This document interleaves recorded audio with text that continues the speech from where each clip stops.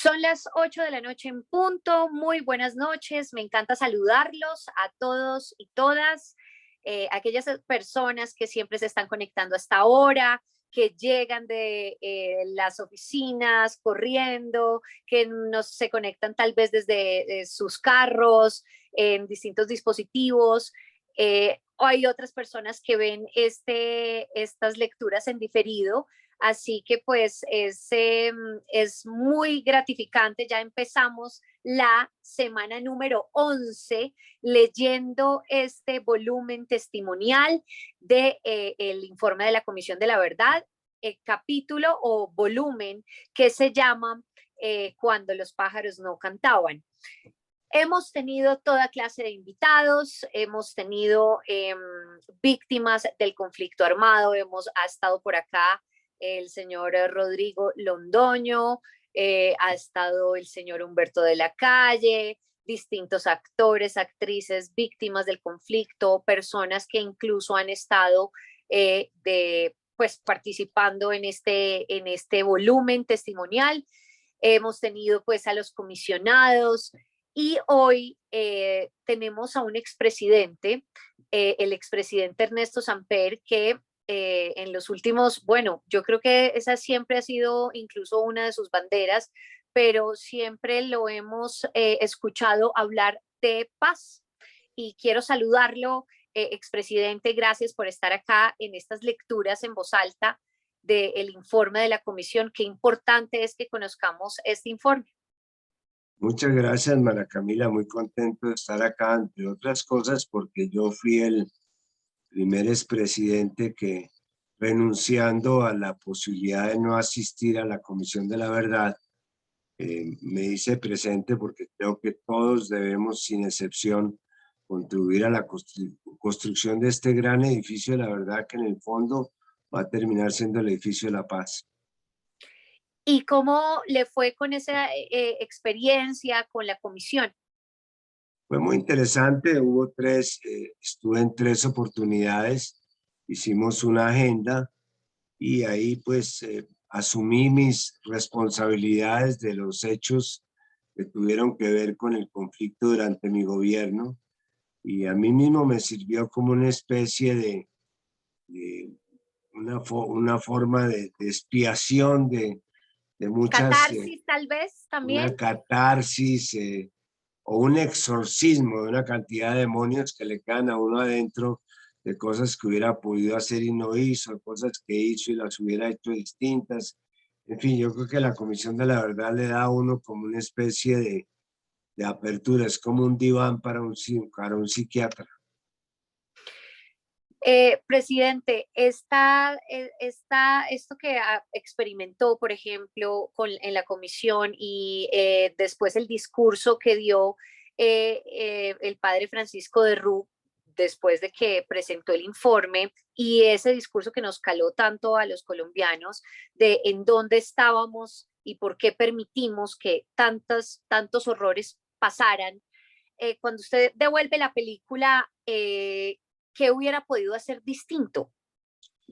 Mira, quizás, digamos, yo cuando yo llegué ya había un plan de, digamos, de erradicación de cultivos, erradicación forzosa. Creo que me demoré en suspenderlo, hubiera debido suspenderlo desde el primer momento, pero finalmente se hicieron las evaluaciones y se suspendió, especialmente los de fumigaciones. Segundo, no he debido pensar más el tema del restablecimiento de la extradición, porque aunque estaba convencido de que nosotros como colombianos teníamos que mostrar todas nuestras muestras de nuestro compromiso de llegar hasta el final contra los jefes de las organizaciones criminales, pues hemos visto que la extradición se ha convertido prácticamente en un carrusel en que los abogados vienen y se negocian para que las personas cuenten en Estados Unidos, se extraditan y si quedan libres. O sea, la extradición está cumpliendo exactamente el fin que no debía cumplir en su momento. Hay muchas cosas de las cuales uno hoy día no es tanto un tema de arrepentimiento, sino un tema de verdad y de cosas para que no se repitan. Presidente, de todo este, del nuevo gobierno y de lo que hemos empezado a conocer, que hasta ahora es un borrador, el tema del sometimiento de las bandas y de todo aquel que quiera entrar allí a un proceso de paz total, ¿qué es lo que más le ha sonado? ¿Qué es lo que más le ha calado y que puede llegar a funcionar con los grupos armados? Bueno, yo creo que no estamos, digamos, inventando nada nuevo. No sé por qué la gente se sorprende, por ejemplo, de que se hable de sometimiento de las organizaciones criminales, si eso fue exactamente lo que se inició en el gobierno de Gaviria cuando yo era ministro de Desarrollo y yo lo continué como presidente de la República, buscando el sometimiento de los carteles. De hecho, hubo varios jefes, los carteles que se entregaron como resultado de estas políticas de sometimiento. Lamentablemente, el presidente Gaviria no siguió con la política de sometimiento que había iniciado el fiscal de Grave, y esto llevó a que prácticamente se era esto, que es lo que se está hablando hoy día. Pero yo creo en el concepto de paz total o de paz grande, en el Ujú. sentido de que nosotros no vamos a poder conseguir una paz verdadera mientras que haya unos actores armados que siguen sueltos. De otras cosas, porque esos mismos actores lo que hacen es ocupar el espacio que dejan los actores que se van saliendo del escenario. De tal manera que la propuesta de que haya una paz que involucre a todos los actores armados, así la manera de llegar a cada uno de ellos y de tramitar sus diferencias con ellos sea distinta, me parece que es una propuesta muy realista. La gente dice eso es utópico. Puede ser utópico, pero es realista, porque si siguen actores armados en el escenario, si sigue actuando el narcotráfico, que es el que financia las distintas formas de violencia, pues este país finalmente no va a salir del tema de la droga. Exactamente. Y de ahí iba, pues va muy pegado al discurso de el presidente Petro ante la Asamblea de las Naciones Unidas. Sobre ese discurso, sobre lo que dijo en temas de drogas, que después, digamos, tuvo que aclarar eh, que no era que fuera a legalizarla, sino a regularla. En cuanto a eso, ¿cree que vamos por buen camino? Sí, digamos que el tema de las drogas ha ido evolucionando y ha ido evolucionando para mal y no para bien, porque hoy día hay 300 millones de consumidores de drogas en el mundo, el 60% de ellos son de marihuana. Está demostrado que la política prohibicionista, o sea, la vía de la represión, no funciona, es más que fracasó, porque el negocio de las drogas lleva en sí mismo el veneno de su automantenimiento, es decir, el riesgo lo pone la política de interdicción, la política de represión, y lo que vale es el riesgo, no la mercancía. Es decir, es el riesgo lo que produce las utilidades. De tal manera que yo creo que lo que hay que, no podemos saltar de un fundamentalismo prohibicionista a un fundamentalismo legalizador, porque ahora cada cual consuma lo que se le dé la gana. No, yo creo que Ujú. el camino es el camino de la descriminalización. O sea, que le quitemos a los eslabones débiles de la cadena, como son los cocaleros, los consumidores, los microtraficantes, no nos ensañemos contra ellos, que no son los culpables realmente del negocio, sino vamos a ser duro con los duros que hoy día estamos siendo hablando con ellos, como las organizaciones criminales, las organizaciones del narcotráfico, lavado de activos, etcétera. Pero démosle un respiro a los eslabones débiles, permitiendo que los cocaleros reemplacen sus cultivos, distinguiendo entre el consumo ancestral del consumo recreativo, del consumo de adicción, dándole una posibilidad a los microtraficantes que salgan de su actual situación.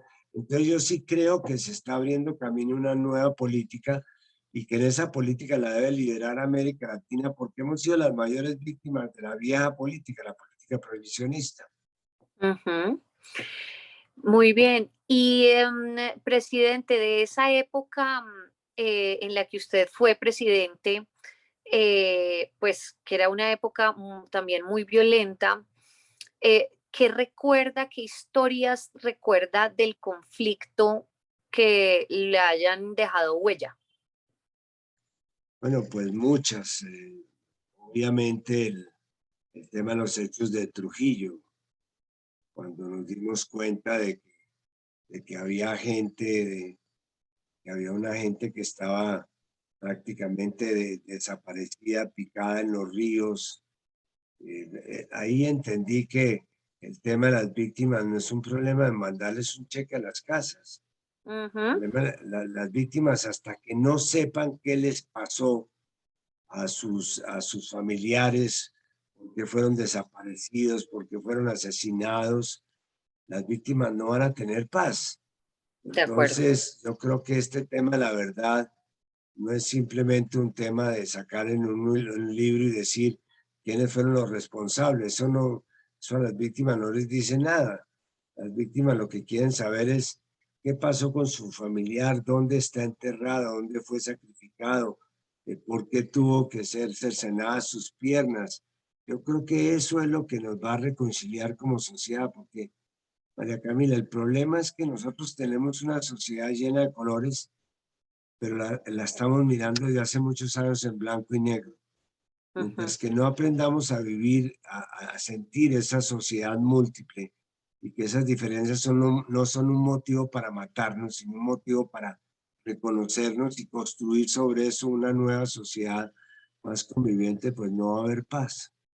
Así es. Sí, pues presidente, yo le agradezco que esté acá leyendo estas historias que de nuevo y repito y no me canso de decir que son una pequeña muestra que recogió la Comisión de la Verdad, pero que pues como estas historias pasaron miles y miles y miles y han sido muy dolorosas de leer, historias de violaciones de mujeres, de comunidades indígenas, historias de cómo la violencia ha afectado a la naturaleza, historias de cómo la violencia ha llegado a casas de personas inocentes, de campesinos, cómo la violencia ha llegado a casas de nuestros militares, de nuestros policías. Eh, y cuando de hecho acá también hemos estado hablando de esas personas que pues también critican el informe, pero que lo han criticado sin saber qué hay adentro del informe, qué historias hay. Entonces, pues de nuevo yo los invito a que juzguemos conociendo lo que hay. Y ha sido un ejercicio bastante, yo creo que maravilloso para todos, que los que estamos leyendo esto acompañados acá todas las noches, presidente, porque hemos sabido qué historias hay acá. Así que bueno, pues de una vez vamos a la historia. Ahora más adelante hablamos de su libro, por favor, porque sé que mañana, ¿cierto? Va a estar Exacto. presentando su libro. Así que bueno, habíamos quedado en el epílogo, o sea, empezamos a leer el epílogo de la devastación, que son las violencias de larga temporalidad, y habíamos quedado en la página 361. Entonces lo invito a que empecemos a leer este capítulo que se llama Lenguas Amarradas, página 362. Yo acá tengo 362 arriba y 361 abajo. Lenguas Amarradas. Ok, lenguas amarradas. Éramos huérfanos. En 1967, los misioneros nos internaron. Una parte de la familia se crió allá. Nos enseñaban más que todo la evangelización, el catecismo, lo que es la doctrina religiosa, y nos enseñaban a hacer arreglos de jardines, a barrer, a hacer el aseo. Así pasábamos nosotros. Sufrí muchísimo la evangelización mientras fui cruzando la primaria. Hablaba mi idioma con mis hermanos y con otros estudiantes, pero era prohibido. Decían las hermanas que eran las maestras, comillas. Eso tú estás hablando del diablo, palabras de madre y monte. Si siguen hablando así, los vamos a castigar, comillas, y nos castigaban. Pero nunca hablamos mal, sino que ellos nos castigaban porque no entendían. Fuimos maltratados. Nos quemaron las orejas con cuerdas de curare. Nos amarraban las lenguas. Nos fueteaban con rejo. Fuimos arrodillados encima de una gravilla por 1 hora, castigados por hablar mal el idioma. Así fui creciendo yo.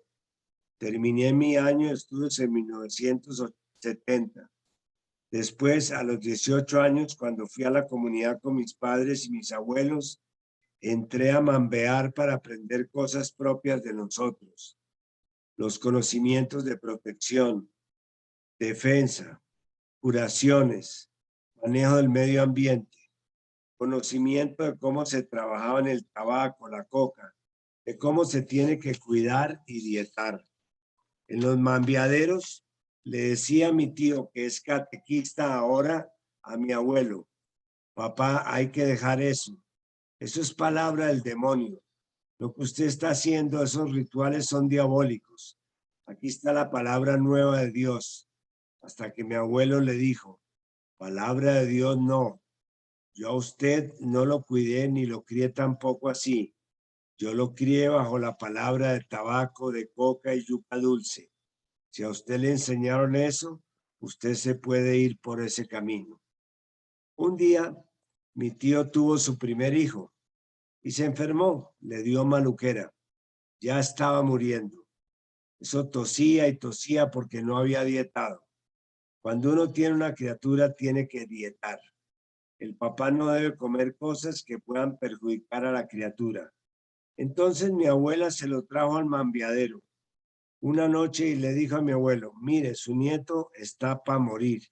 Haga algo para que se mejore.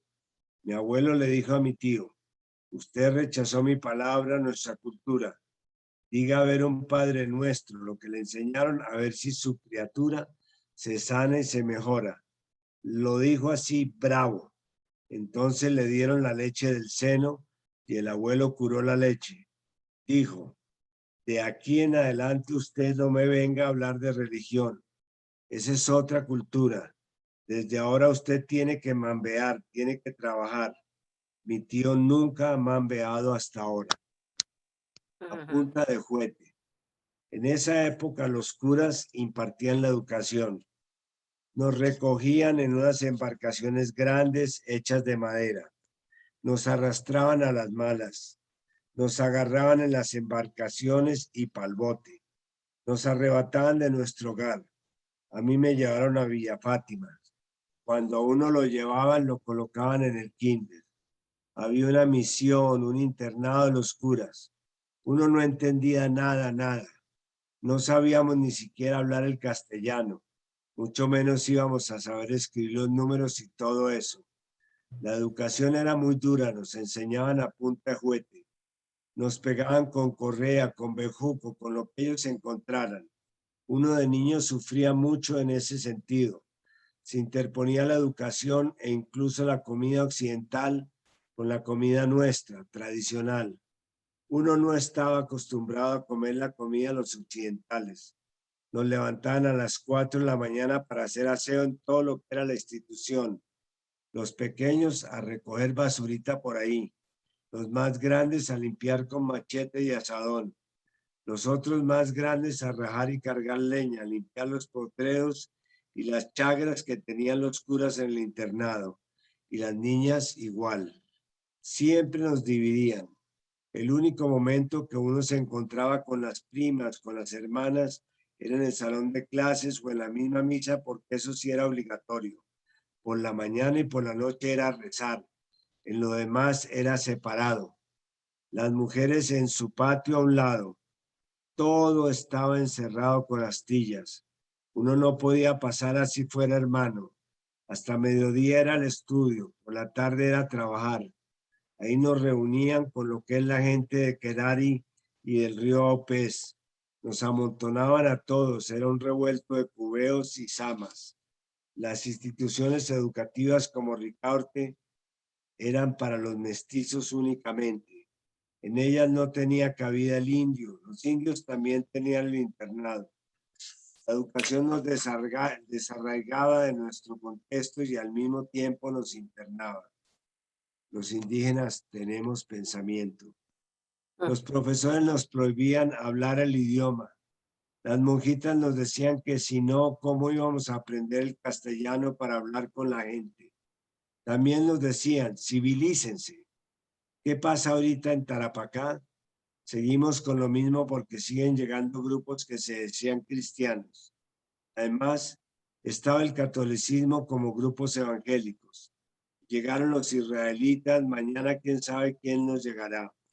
El uno jala para allá y el otro para acá. Aunque hablamos todos un solo idioma, ¿será que nosotros los indígenas todavía no tenemos pensamiento? Una vez le dije a un pastor, mira, pastor, ¿por qué no vas a la base militar a predicar el evangelio? No, porque a ellos no les permiten. Entonces, ¿por qué llegan por acá? Mm. Ahí quiero que hagamos una pausa y miremos eh, cómo es el tema del desarraigo y de la discriminación. Entonces, fíjese que en estas historias cuentan el tema de los indios y que no había cabida el indio, ¿no? Que solamente las instituciones educativas eran para los mestizos y que la educación los desarraigaba del propio contexto, del tiempo, y era muy duro para ellos. Claro, yo me acuerdo que una vez que había un conflicto de tierras en Cauca, que siempre lo ha habido, Uh -huh. hoy todavía, eh, llegué a Popayán y hice entrar a los empresarios y a los terratenientes, que eran los que querían que mandáramos el ejército para sacar a los indios de unas tierras que habían invadido. Uh -huh. Entonces ellos me dijeron, es que los indios no trabajan la tierra, son vagos, son perezosos, no son productivos. Bueno, y entonces ellos salieron los blancos, los terratenientes y entraron los indígenas. Y yo les planteé, mire, es que dicen que ustedes no trabajan la tierra, que ustedes no son productivos.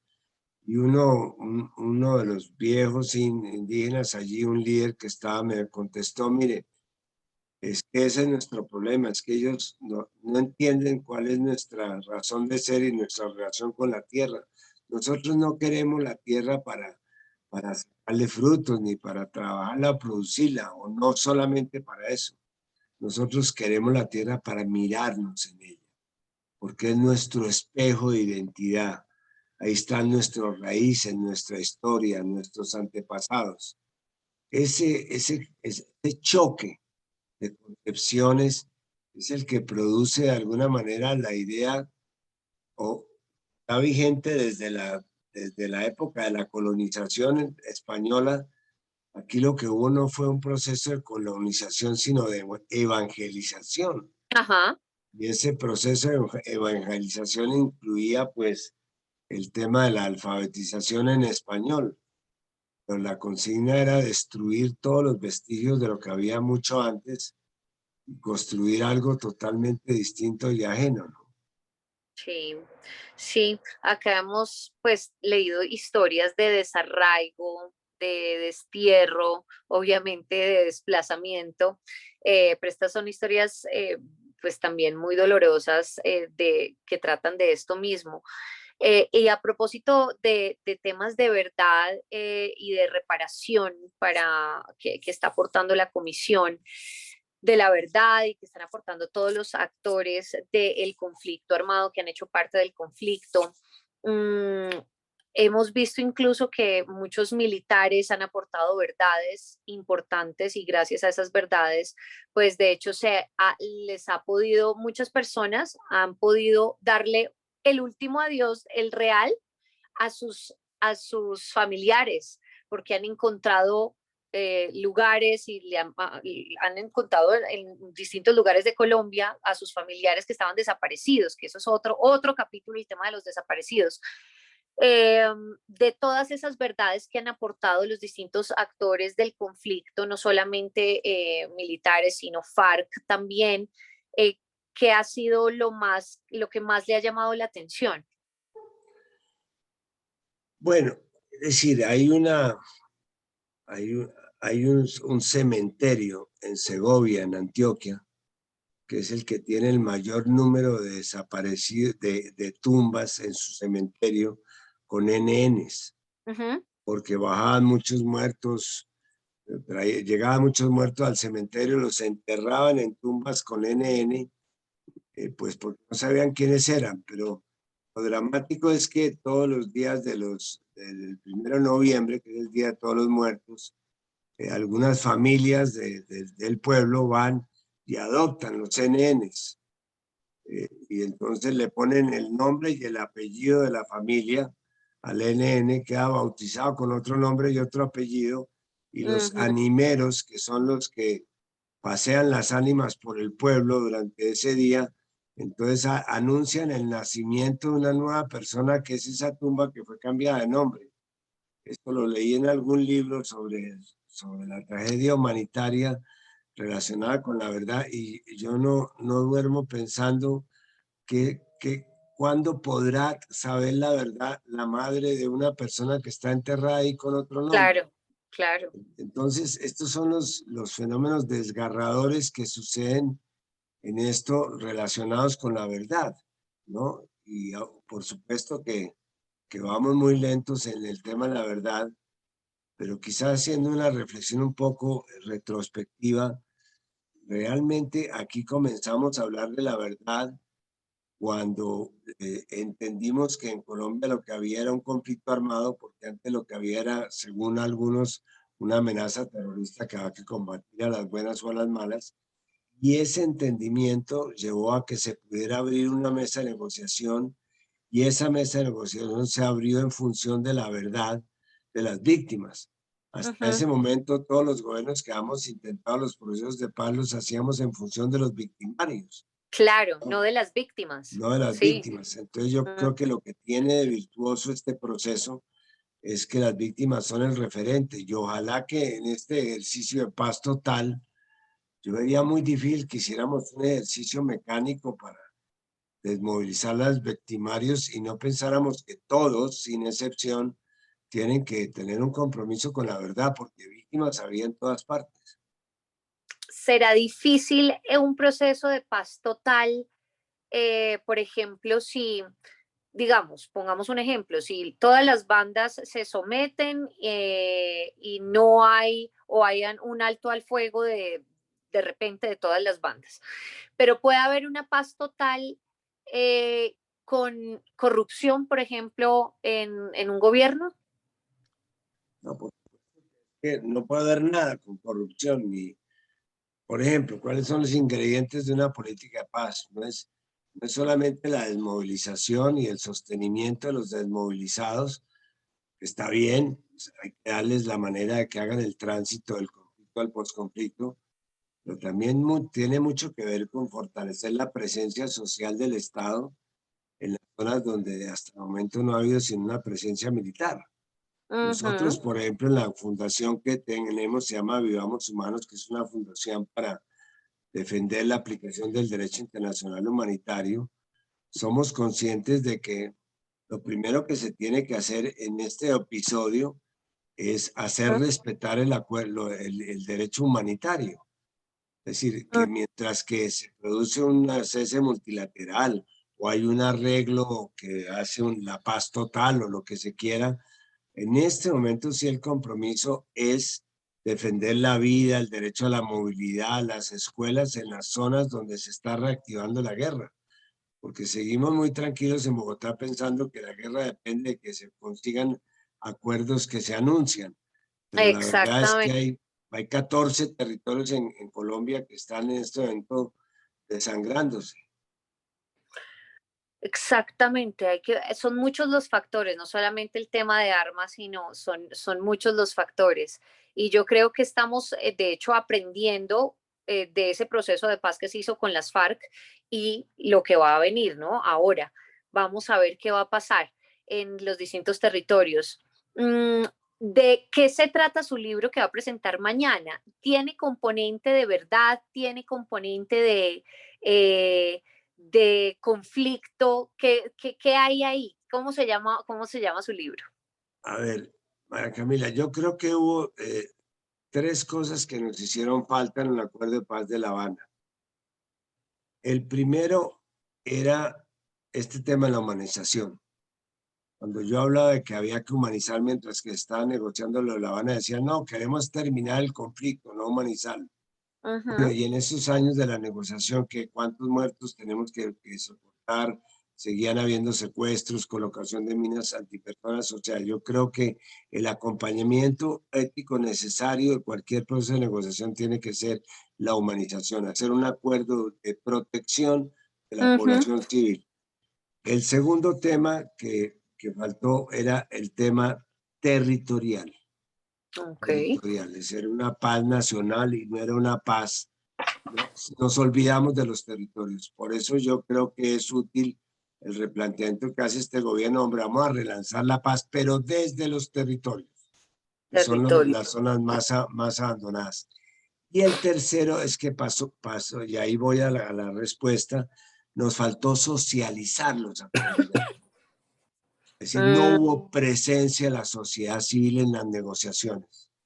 Quizás ok. por eso perdimos el plebiscito por la paz, que la gente no sentía que los acuerdos de La Habana eran unos acuerdos que tuvieran que ver con ellos. Y por eso yo creo que fue un error, de los principales errores que se cometió, es impedir, pero prácticamente impedir que en la Comisión de la Verdad participaran personas distintas a los actores armados. Eso me parece que fue un gran error porque el conflicto, esto no fue un problema solamente entre las Fuerzas Armadas y las FARC. Aquí había mucha otra más gente metida en el conflicto, personas que financiaban uno u otro bando, personas que fueron víctimas de uno u otro bando, personas que tomamos decisiones en el gobierno a favor de uno o de otro bando. Y yo creo que eso hizo que circunscribiéramos el conflicto exclusivamente al enfrentamiento entre las FARC y las Fuerzas Armadas. Por eso yo creo que yo renuncié, como le decía al comienzo, nos dieron una especie de beneficio a los expresidentes de que no podíamos ser convocados a la Comisión de la Verdad. Yo pedí ser convocado y hablé, como decía antes, sobre lo que la visión mía del conflicto durante el gobierno. Y eso es lo que está en un librito que vamos a presentar con Alejandro Gaviria el próximo Ajá. mañana martes. Vamos a Ujú. presentar en el Gimnasio Moderno, pero no lo vamos a presentar como una carreta que estamos, Gaviria y yo. Hemos invitado a 200 estudiantes tanto de colegios de Bogotá que van a hacer un debate sobre los puntos que nosotros planteemos para contestar un cuestionario elemental sobre preguntas relacionadas con la importancia de paz, justicia y reparación, pues que son como las tres personas distintas de un solo Dios verdadero que le enseñaban a uno en el colegio, pero aquí son las bases de la justicia transicional y al final vamos a hacer un gran debate sobre la importancia de la verdad en este proceso. Y pues es maravilloso y además sobre todo la labor que ha hecho el ministro Alejandro Gaviria con los colegios precisamente y que ese documento se pueda conocer en todas las generaciones. Este hecho obviamente ha sido criticado por personas del Centro Democrático porque dicen que esto no puede ser posible, que además esto está politizado eh, y que no, que definitivamente este es un documento que no deberían conocer ni los niños ni los adolescentes. ¿Usted qué cree sobre esto? Que Obviamente, de hecho que deberían hacer otra cartilla, dicen ellos, además. es que ellos estaban del otro lado. Es que lo de ellos es que no estaban ni siquiera con la paz. Mm, Ellos pensaban que lo que había en Colombia, como ya decía, era un conflicto armado, era una amenaza terrorista, que la única forma de acabar con esa amenaza terrorista era a través de la confrontación armada, del escalamiento humanitario. No había ningún tipo de respeto por los derechos humanos, no creían que había nada que negociar.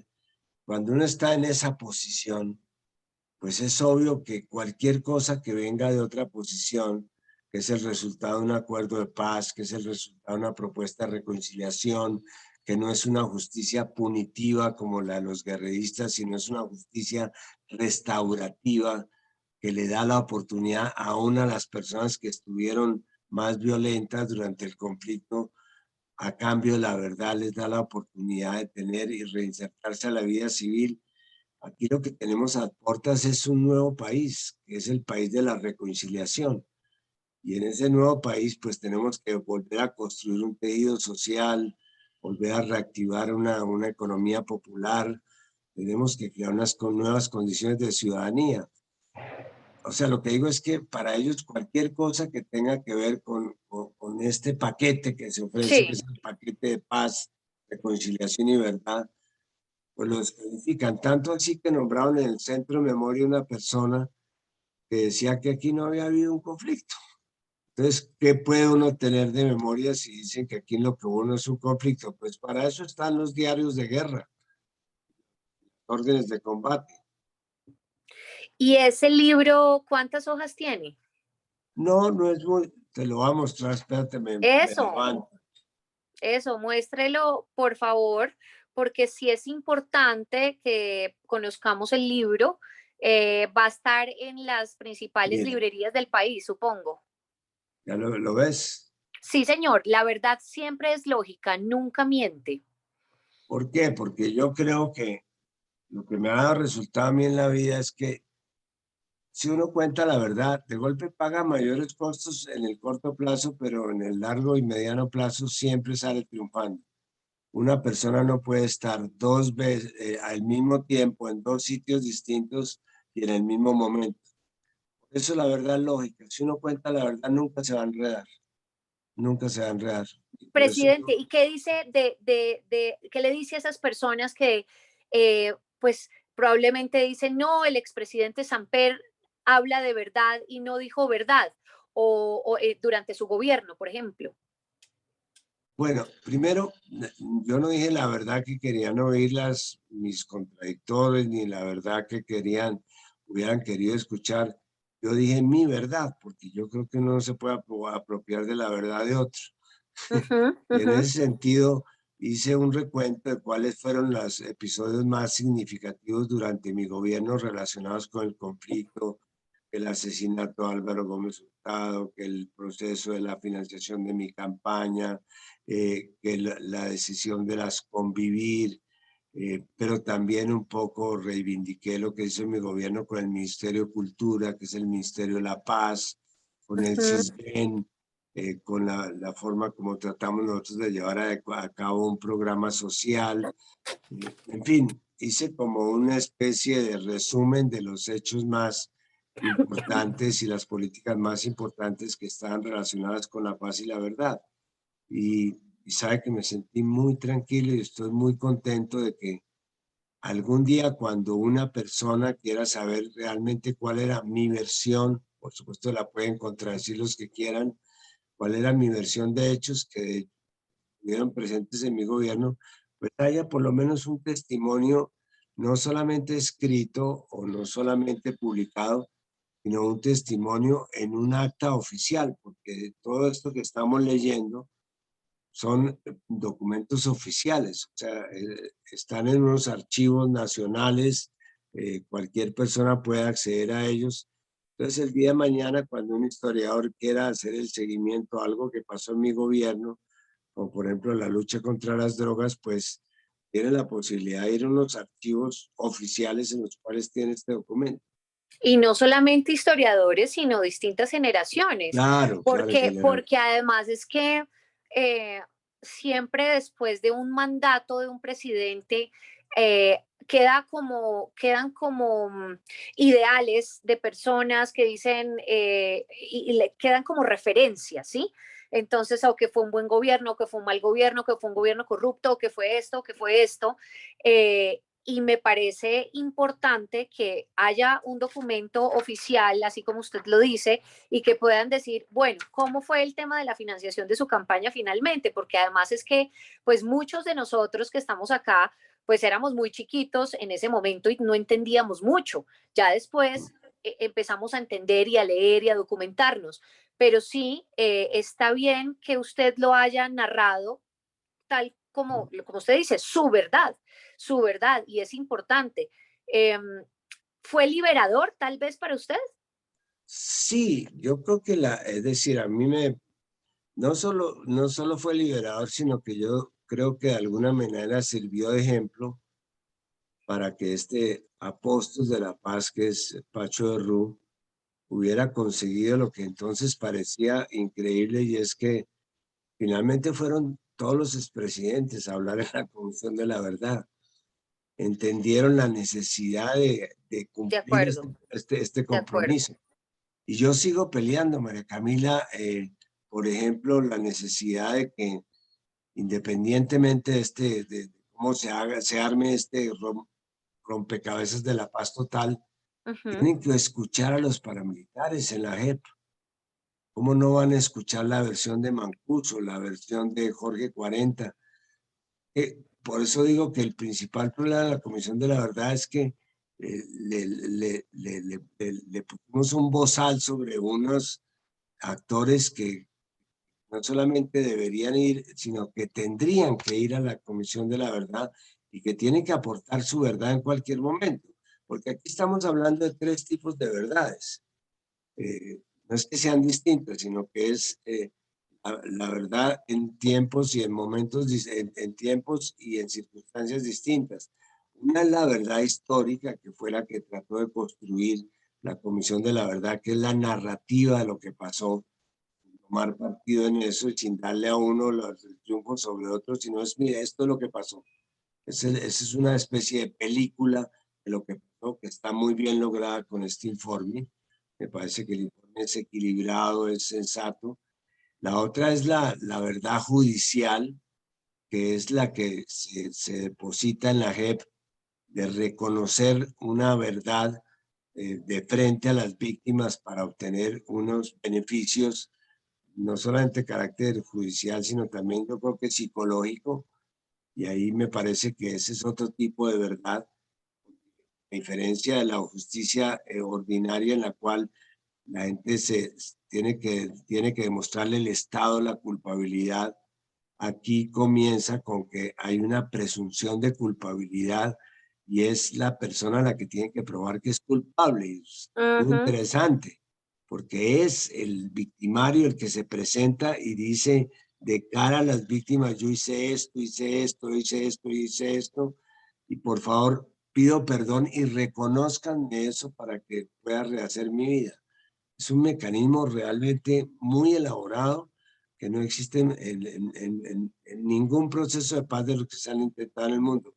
Hay una tercera forma de verdad, que es la verdad moral, que es la verdad de las víctimas, que es la verdad que lo cura, que es la verdad que lo Lo sana. utiliza, que lo Ujú. sana, que lo reconcilia, que le cambia la venganza por el perdón, que le permite sobrevivir teniendo la tranquilidad de que su hijo o su familiar aportó algo a este proceso de construcción de una sociedad reconciliada.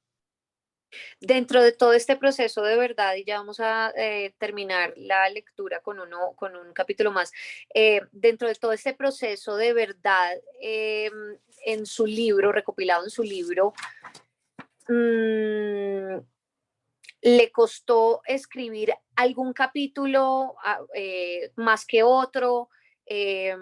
Como toca varios ítems, le costó alguno más que otro y tal vez si eso pasó, tal vez dijo, me equivoqué en esto y debí hacerlo de una manera distinta.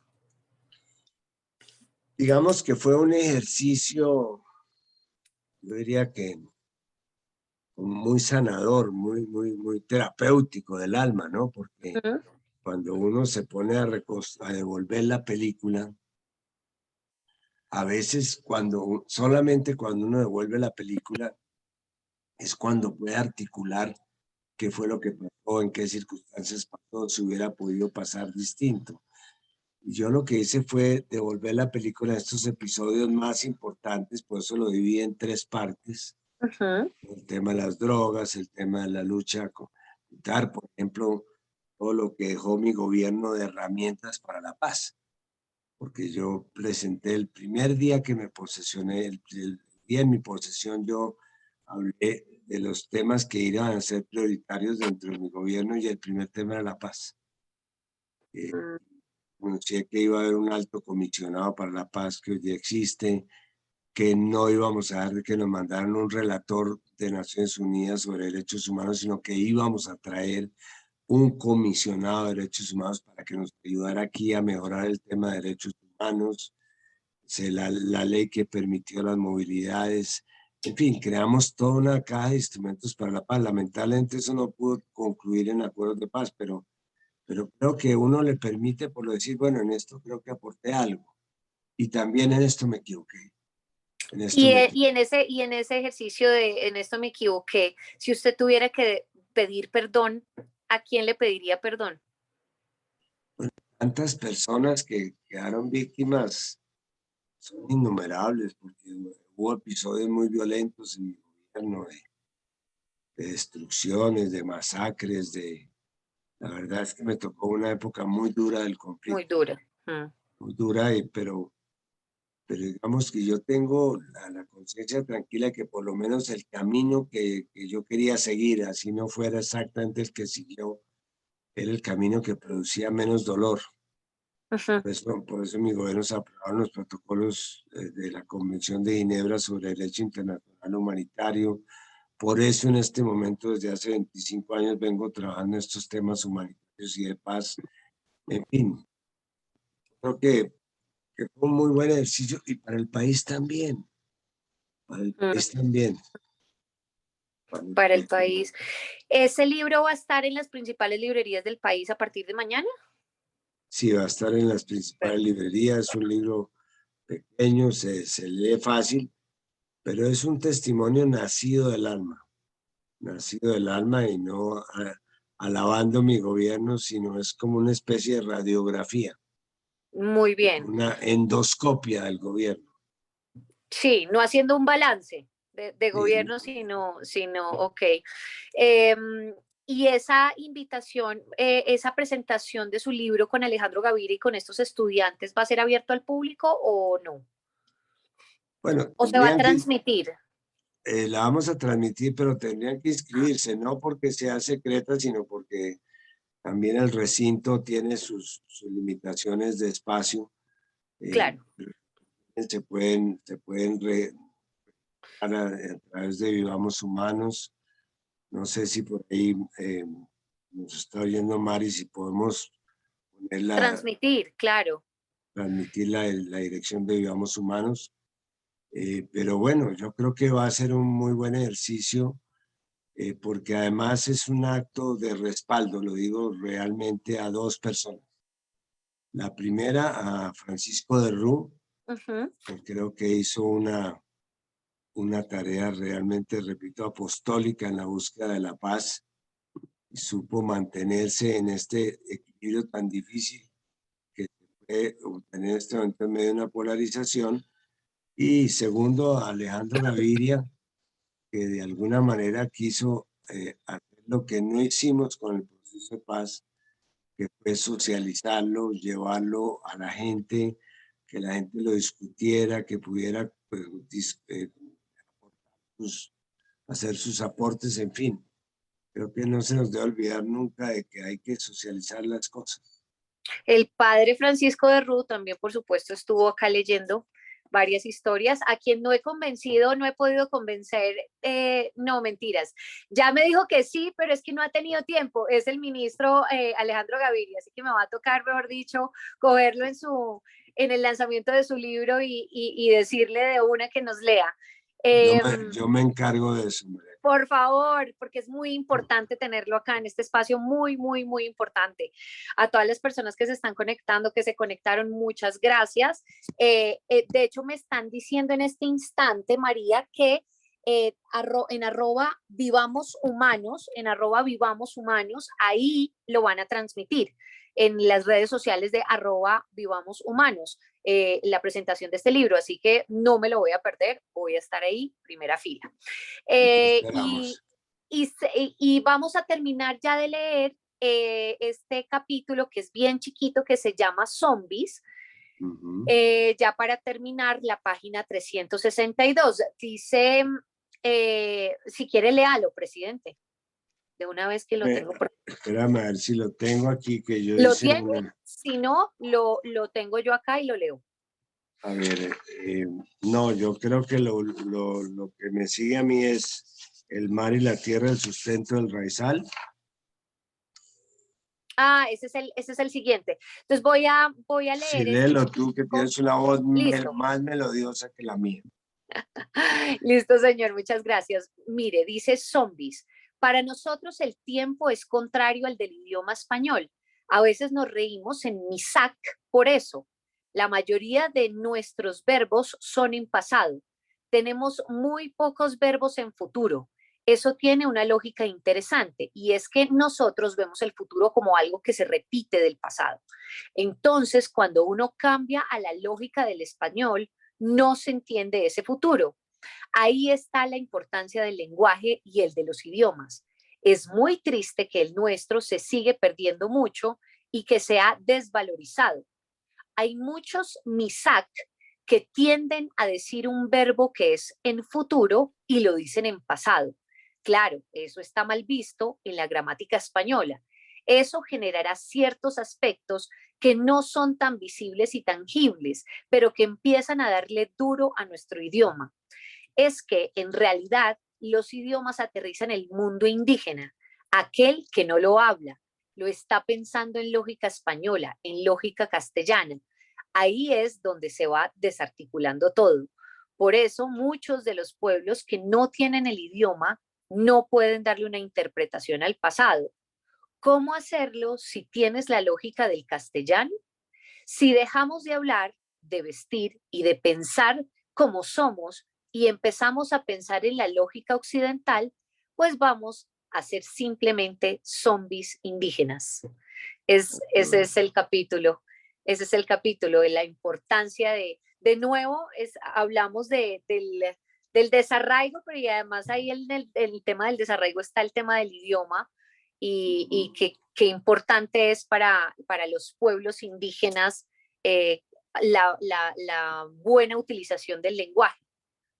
Qué bien, muy interesante. Además, una de las primeras publicaciones que se hizo aquí cuando llegaron los españoles fueron el diccionario de términos indígenas, lamentablemente no para asimilar la lengua indígena, sino para evangelizar los Sí, indígenas también idiomáticamente. claro. Pero, Y pero es verdad. fueron perdiendo eso y su cultura y demás. Entonces, pues presidente, gracias infinitas por haber estado acá. Me parece un ejercicio de democracia, de construir país, porque debemos, y bajo la lógica de poder decir, hombre, no estoy de acuerdo con el presidente en esto, no estoy de acuerdo y hacerlo con argumentos bajo esa lógica, pues qué chévere también que se animen a leer su libro, porque si no es una indilgación a lo que usted hizo como gobernante, como presidente, sino es lo que usted nos ha dicho, es un ejercicio de, hombre, esto fue lo más importante que pasó durante mi gobierno en temas de conflicto relacionados pues con conflicto, pues las personas después de eso pueden crearse ese criterio y pueden decir, estoy de acuerdo o no estoy de acuerdo. Esa es la idea, María Camila. La idea es dejar un testimonio y que ese testimonio quede para que sea debatido, analizado, contrastado. eh, la memoria. Tenemos que la verdad es una memoria del futuro, ¿no? La Exactamente. verdad debe quedar consignada en la memoria del futuro para las nuevas generaciones, para que sepa que somos. Yo tengo la inquietud, si nos queda un minuto, de que hermosamente se acabó el género epistolar. Mm, sí, Por lo claro. menos uno podría con las Sí, cartas reconstruir la historia, historias no solamente de políticas, historias de amor, por ejemplo. Pero hoy también. día con el tema de los chats y todo, no me alcanzo a imaginar, a menos de que le pongan a cada persona un chip en la oreja cuando lo entierren, donde estén todos sus datos personales y lo que pensaba que es algo que eventualmente se puede dar, pero nos va a hacer mucha falta hacia el futuro no tener esos documentos y esas cartas. Tuve que imprimir esto para poderlo leer porque todavía adoro la El posibilidad papel, de leer en sí, el papel. Sé que estoy mucho. cometiendo un ecocidio con cada hoja que gasto, pero en fin, por lo menos eso me permite ser más auténtico. No, pero créame que mucha gente, incluso acá que se conecta todas las noches, y además es que son familias enteras conectadas, presidente, no Ujú. solamente en Colombia, sino hay personas desde Panamá, personas desde Connecticut, en Estados Unidos, personas desde Canadá, desde distintos lugares, desde Brasil, en Argentina también había personas conectadas, así que es muy lindo que puedan conocer este documento, que puedan conocer su libro y todas estas personas incluso me han dicho, ah, pero es que esto leerlo al frente del computador, lo necesitamos físico. Entonces, Ah, pues lo pueden descargar igual en la página de la Comisión de la Verdad, entran al capítulo de cuando los pájaros no cantaban, hay un PDF y lo imprimen, de porque pues acuerdo. Pero felicitaciones porque es un gran ejercicio.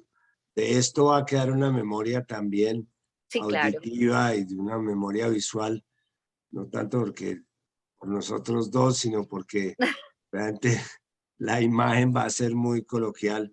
A todos los que nos hemos dormido leyendo cuentos, este informe es para que se puedan despertar oyendo este gran cuento de la verdad. Tal cual. Y además es el primer expresidente que va a la comisión, que pide que va a ir a la comisión, y es el primer expresidente que está acá leyendo con nosotros. Así que mi siguiente invitación es al expresidente Santos, que ahí también lo estoy conquistando. Vamos a ver si lo logramos. Espero que mi buen ejemplo cunda. Exactamente, señor. Muchas Bueno, gracias. Gracias a ok. todos, gracias a todas. Chao, chao.